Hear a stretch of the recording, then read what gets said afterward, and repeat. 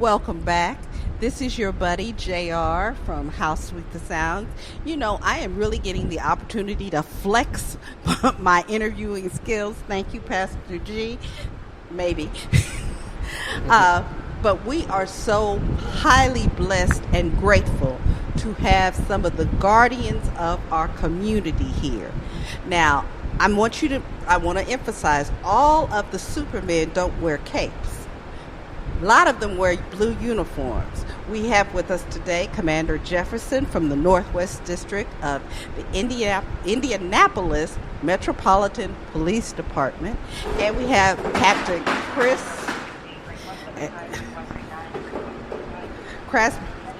Chris Boomershine.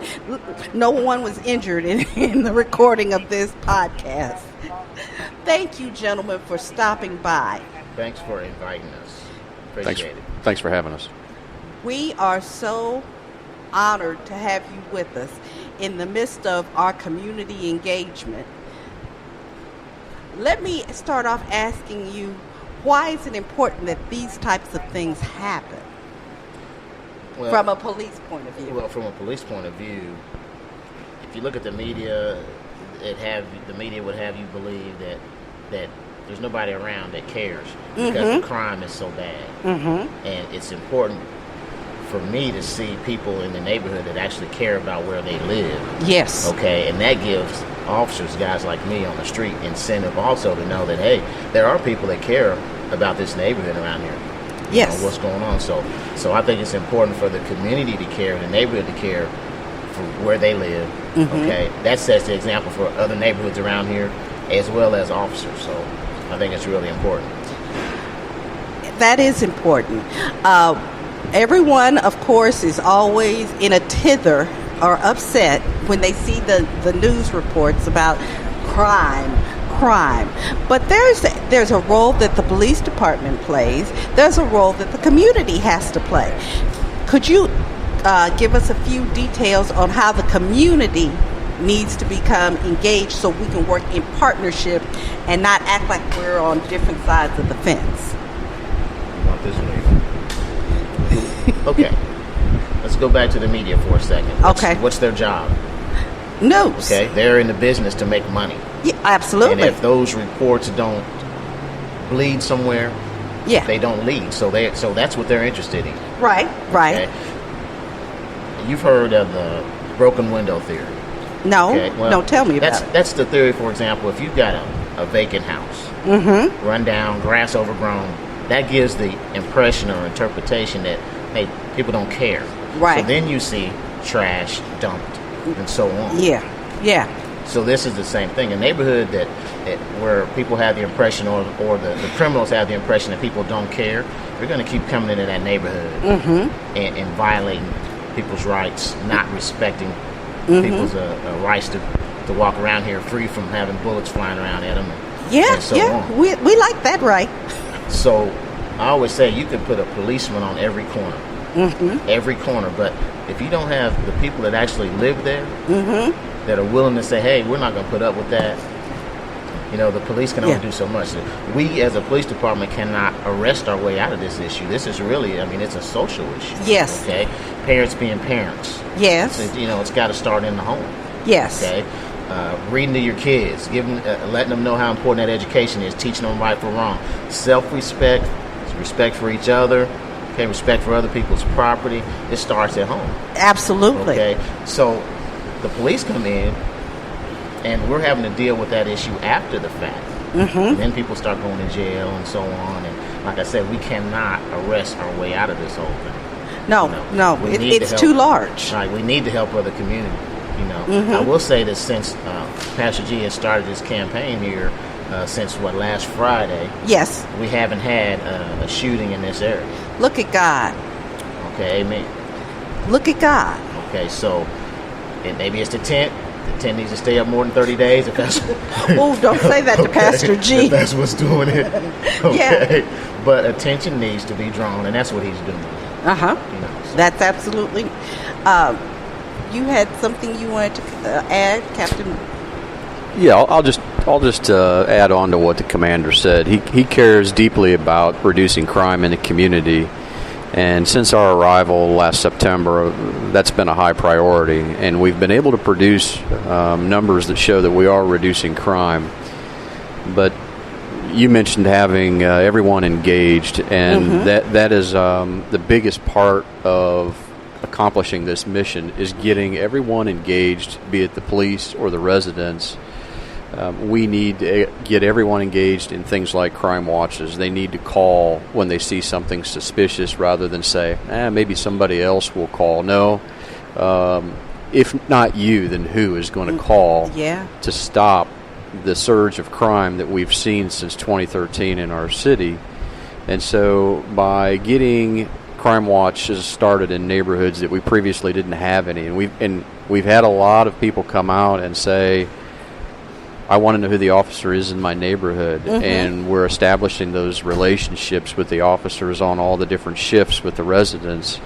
And so we've had some really good starts. We've got a new crime watch specialist at the district that we recently hired, and she is doing an excellent job in getting the message out that every neighborhood should have a crime watch so that they can become aware of crime trends, how to prevent crime, who to call for other problems that are quality of life issues, be it an abandoned house or illegally parked vehicles. All those things need to be addressed, and as the watchmen and women of IMPD, we need men and women in the streets to watch as well and help us. Exactly. I believe I've heard someone say the buzzword is, if you see something, say something. Because, as you mentioned, policemen can't be on every corner. So it is imperative for us as a community to step up and do our part. Also, I know IMPD is very, very interested in doing, not that policing isn't positive, but you like to be involved in things that don't involve handcuffs. Yes. Okay. And let's I keep using the media for example, because that's all you see. Whenever you see the media, somebody's getting killed or badly injured or somebody's being put in handcuffs. That is a small fraction of policing. Okay, in community policing, you have to get out and be able to talk to people. People have to feel comfortable talking to you. And those aren't adversarial situations. Okay. No. Some of those things that we're doing out on this district is we're doing what's called Donuts with the Cop. Okay. We go into the schools, our schools right around here. I've done them at each one of the schools over here. And we go in the morning and we have orange juice and donuts with the kids. And we're sitting there just talking, about school, about what their futures are like. But it's a chance for them to see a person in a uniform, an authority figure. Yes. And they're not scared to death. Yes. So that kind of stuff there. And you can't measure it right then. You don't get that instant measurement. But 2 or 3 or 4 years down the road is when you'll see, that child will remember, hey, I had a donut with you. Right. There's no need to be afraid of them. Planting the seeds that grow into beautiful community relationships and mutual respect and interaction. Because when you see somebody that you had a donut with, perhaps you can talk to them before they get into a situation where the handcuffs have to come out. And what's good about this is that these are neighborhood schools here. That means that those kids, they're the ones that are walking to school. They're the ones that live around there. The same ones that the officers will run into in the neighborhood. So, like I said, you won't see that measured right now, but you'll see it down the road. So.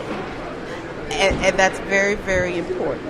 I also know that IMPD is looking for a few good men. Can I say that? No doubt about it. I'm sorry, I said that sexist. Please forgive me. It's looking for a few good people. There you go. I like that better. Tell us if there's some people listening who want to become policemen. What's the process? Where I start? Well, and I did a career day over at the school there at 21st and Sugar Grove. Oh, I'm sorry. Okay, I did a career day there. And the first thing I asked them was, how many of you all want to be policemen? And it was probably 30 kids in this class, and maybe 1 or 2 of them raised their hand because they weren't really sure. So I let them know that, hey, you've already started on your road because you're in school trying to get your education. Okay? Staying out of trouble, listening to your parents, learning how to follow those rules that will keep you from making mistakes that you can't come back from. And we all make mistakes. Yeah. But what you don't want to do is make that mistake that you can't come back from. Yeah. So they've started on the road already, so maybe they'll decide to be a policeman, maybe not. Okay? And at any rate, the next thing you gotta have is a servant's heart. Important. You have to want to serve. This job that we do is not a job for everybody. No, Lord. Okay? But the first thing you want to have is that desire to serve people. Because that's what we're here about. It's not just about drawing a paycheck here. No, okay? It couldn't be. Right. It's nobody doing this job is going to be rich. Okay? But being the desire to serve. Okay? Now, some people think, well, I got to go and get my degree to criminal justice. Not true. The Indianapolis Metropolitan Police Department will teach you how to be a policeman. The academy is 6 months? 6 months long. It involves physical training. It involves criminal law.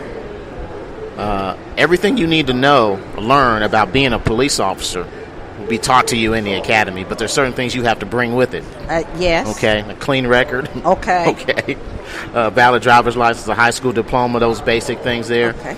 And you have to be physically fit.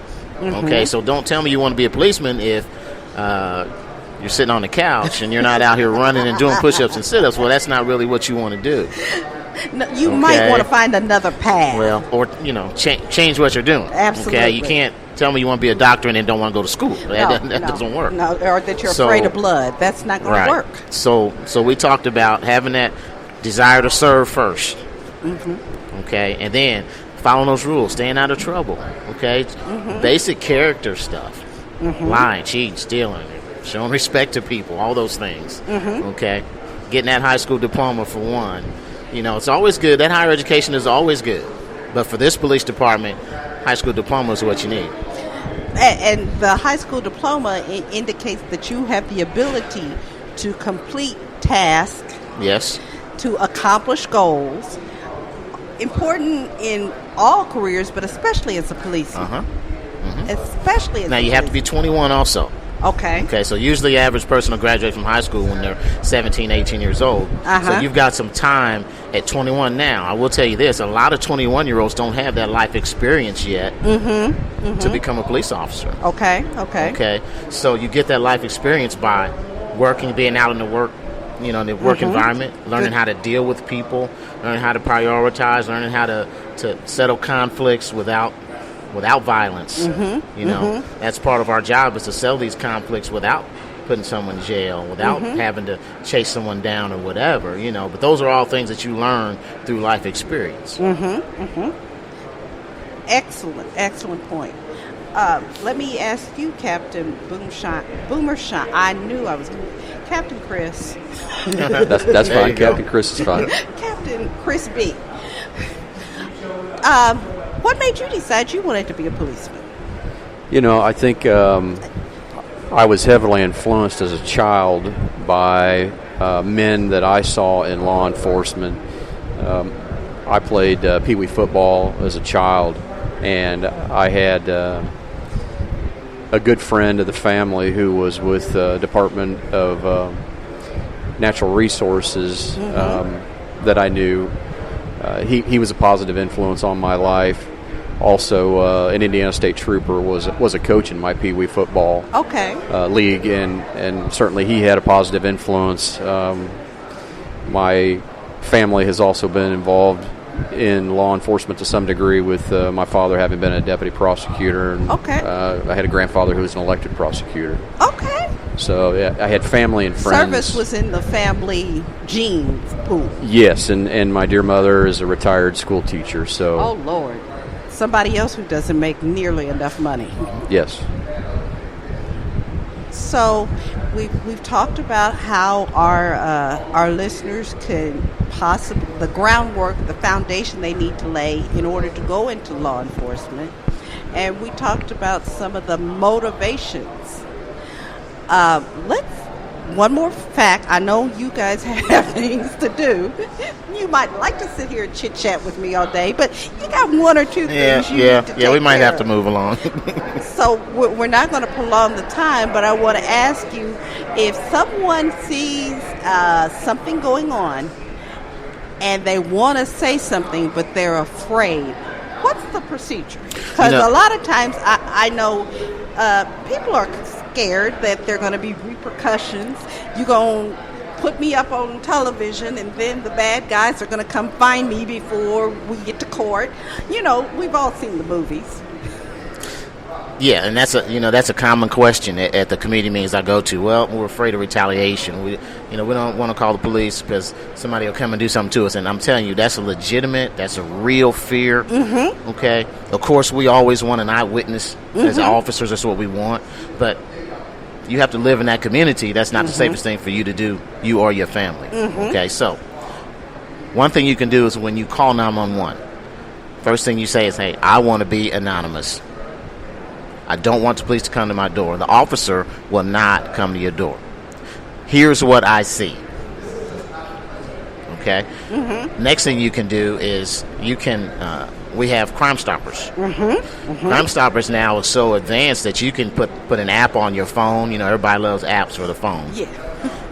You can send pictures, video, just by doing that. Okay? Crime Watch. Organized crime watches in your neighborhood. If I'm a person that's out to steal items out of a car, I'm gonna find that quiet neighborhood. I'm gonna walk through, pulling doors, see who's leaving their doors open, and I'm gonna come back and do that every day like it's a full-time job. Now, isn't that amazing? If I know that somebody's gonna call the police on me, and they're gonna ride through the neighborhood, they are probably not going to come back to that neighborhood. And they're going to tell their friends, their other criminal friends, that, hey, if you go in that neighborhood, the police are going to show up. They're going to go where it's presumed that people don't care. Okay. It's like we said earlier. Full circle. So, organized crime watch. Okay. That's another way of doing that. Now, when we go to crime watch meetings, we pass out our information. For example, my phone number's on there, my email's on there. My crime watch coordinator, or my crime watch community relations supervisor, Sergeant Grimes, all his information's on there. You can always email any of us with issues that you have. There's several ways of doing that without having fear of retaliation. Now, if you call Crime Stoppers and you report something, and a few days later, SWAT comes in and kicks somebody's door in, and you go out there and you say, "See, I knew you." Well, okay. Well, now, see. Okay. That's your fault. There you go. So you can stay behind your curtains or behind your blinds. But we're peeping out. Because the red lights are flashing. Okay, but that's okay. Nobody is seeing you. Right. Okay. So, yeah, that's, so I've given you 3 ways now of calling and being anonymous and not having fear of that retaliation. Because it can be done. It can be done. And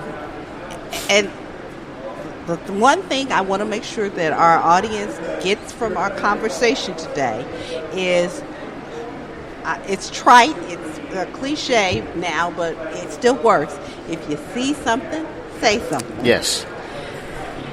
Career in law enforcement is possible if you lay your correct foundation.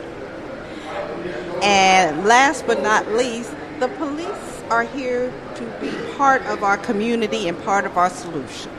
They're not the adversary. We're not on opposite sides unless you're doing something that's illegal. That's a whole other story that we're not talking about today. Thank you so much for taking time to sit down and talk with us. We have been talking with Commander Jefferson and Captain Chris Boomershine from the Northwest District of Indianapolis Municipal Police Department. Indianapolis Metropolitan Police Department. Or if you just say IMPD, everybody knows.